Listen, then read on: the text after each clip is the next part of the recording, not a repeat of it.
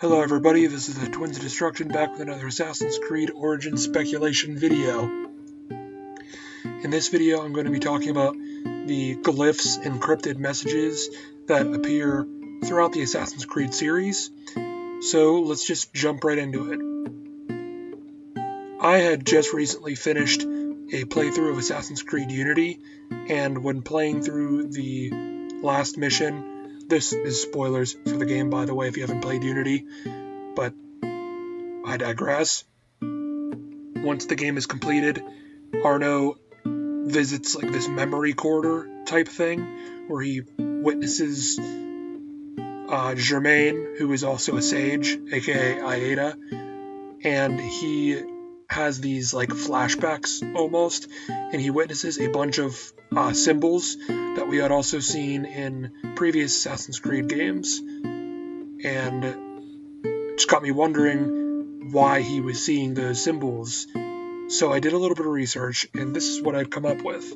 The first time we saw these messages was in Assassin's Creed 1, and they were left by Clay Kazmierzak. And if you're new to the franchise and don't know who Clay is, or was really, he was a distant cousin of Desmond Miles, who willingly let himself get captured by Abstergo Industries to learn about the Animus. And when he learned that his escape was inevitable, he would have been replaced if he killed himself, so he did so, but he also wrote messages on the walls written in blood for Desmond to find. And these messages were mysterious on its own, but throughout other games like Assassin's Creed Unity, they can be seen where, like I mentioned before, Germain has visions due to him being a sage, aka Aida, also known as Juno's wife, or husband, who is destined to be reincarnated throughout time, so he is a First Civilization member. But why is Clay seeing these visions? Well, if these visions are seen in 1794 with no intrusion of the Animus, meaning like the Animus isn't causing these visions, and simply because Germain is a sage, then how did Clay learn to write these exact symbols? The answer is that Clay saw many futures and was contacted with Juno using the quote-unquote calculations, which was the Isu's way of telling potential futures. This is also how, if you have played through Assassin's Creed 3, Desmond was told by Juno many ways that they tried to prevent the solar flare, and that is exactly how they tried to prevent it, by using the quote-unquote calculations. It's basically a way of telling potential futures. And Darby McDevitt actually said that that is why Clay had gone mad. Part of the reason, let alone the bleeding effect, is because of his mind wasn't able to comprehend the many futures that he had witnessed just because of his contact with Juno. So that is how Clay was able to write the symbols, but how do these symbols get into the Bastille? Yes, because they're not only in Germain's visions, but some of them are also written on the wall in the Bastille. And during the main campaign, whenever you first meet Pierre Bellic, Arno mentions the drawings, and long story short, Pierre was looking for them, but the game just drops them off a cliff after that. But the symbols aren't gibberish, because Pierre was looking for them, but we don't know the significance, because, like I said, the game just kind of dropped them off a cliff. But there are symbols such as the Pyramids of Giza, Machu Picchu, and there's also the Lorenz Attractor, which could be also known as the Butterfly Effect, and the Bohemian Rings, which is, to my knowledge, both were hypothesized and created in the 1900s. In Assassin's Creed Unity, when you first met Bellic, like I said, he claimed to have been searching all throughout all the prisons in Paris for these symbols. So they're obviously important to the assassins in some manner, but hopefully they get revealed, the importance is revealed in a later game, because I feel that information is just too vital to let go completely. Now, let's question who wrote the symbols in the Bastille. Some theories say Jacques de Molay, who was the beloved Templar, who was also a sage, and was imprisoned in 1307 and killed in 1314. Although a good thought, this can't be true due to the Bastille being put under construction starting in 1357. So if de Molay didn't write these symbols, then who did and why?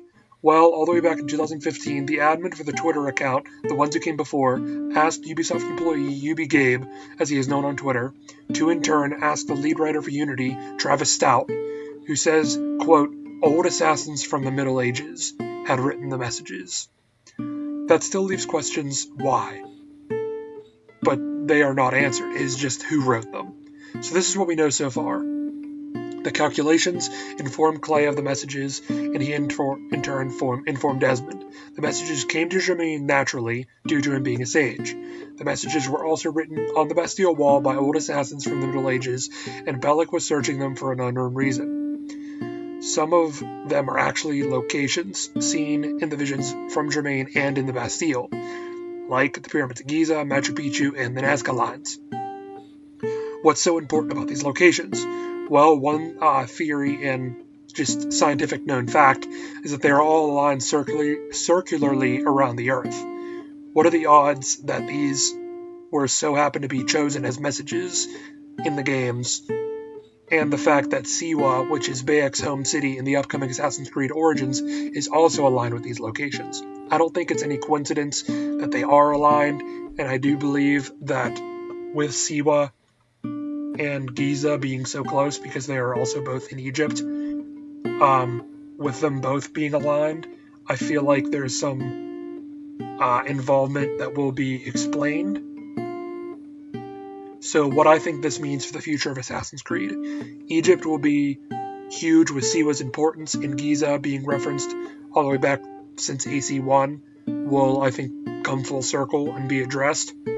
In Unity, many dialogues can be discovered between Judah and Aida, and Juno, and unknown members of the Instruments of the First Will, which are her following group, and she comes to the conclusion that everyone must live in the Grey. She says, all will plug in, and with other memos, she says that the assassins must be destroyed, quote, before they find my others, end quote, and I think the, quote, others could be the hidden 12 that she talks about in another message. And she says that the Templars must continue building the Animus, and I'm assuming so everyone can, quote, plug in. So she's saying that everybody follows Abstergo, so that's how they can plug in, and then she can take over the Animus and upload everybody into the Grey, which also in this picture, when she mentions the Hidden 12, she says that Desmond and Clay are also in the Grey, so they also had a huge contact with the Animus, so the Grey seems to be some kind of online realm of sorts, so that might be explored with the Origins coming out this year. Continuing with my theories, the modern day in Assassin's Creed Origins should be an interesting experience. Ubisoft revealed a mode that will be released in Assassin's Creed Origins in 2018, where it will be a learning experience, with combat and missions turned off. One can walk through Egypt and learn as if it was being taught by an instructor. And in this release picture, not only is the person playing as Aya, Bayek's wife, but we will also be able to unlock more skins like Cleopatra and Caesar. Now, what does this have to do with modern day? Well, I feel this mode will be sold by Abstergo Industries as an educational purpose tool. Given by this promo art, it looks like a modern day person is standing in an Animus that is building the world of Egypt, thus giving them the opportunity to explore and learn. We know that they have sold games and content before using the Animus, and in Black Flag we saw potential games to be made from previous protagonists, and the movie, quote, Devils from the Caribbean was being made from the footage of Black Flag collected by Abstergo. The next piece of modern day information is this picture where Ubisoft Germany unboxed a pre-order bonus box and flipped through the art book. Keen-eyed viewers paused the video and stopped it on this page, and it says present day, with what looks to be a truck or a jeep traveling through the desert. If the ones in the car are the protagonists, then we can assume that they are looking for the Apple of Eden simultaneously as you play as Bayek, trying to figure out where he put it, much like in Assassin's Creed 2, where they were in Italy through the duration of the game, and when they located the apple, they went and got it. Last but not least, this picture was also leaked a few weeks ago, and it looks to be from the same art book, courtesy to the Codex, which is the Twitter account for providing this picture. And it is an Abstergo officer of sorts, maybe looks like a branch of military, because it looks like he's like in like riot armor. So could this mean that we actually get a playable modern day setting with the supposed mode Abstergo is selling, the Jeep in Egypt, and modern day Abstergo armor? This doesn't look like it's some kind of in the past segment, so I really do believe that this is a modern day segment. I really hope it is not a view from a camera and they actually do get to play this time, and that the glyphs do come full circle, and that there's more information revealed about the alignment around the world, maybe even more locations, more glyphs, and more cryptid messages. And even if there is another sage in Origins that will explain more through his connection with Juno and Aida. But nonetheless, I leave you guys to contemplate whatever I had just discussed in the comments below. You can find me on Twitter and Instagram, and I will link those down below. Comment what you think, and you can contact me on Twitter and Instagram.